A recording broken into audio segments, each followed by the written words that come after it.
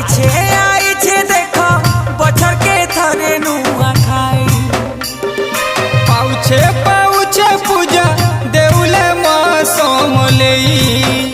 नुआ धान के गाई माँ के दे माँ चढ़ई समल माटी से लक्ष्मी माँ जग जननी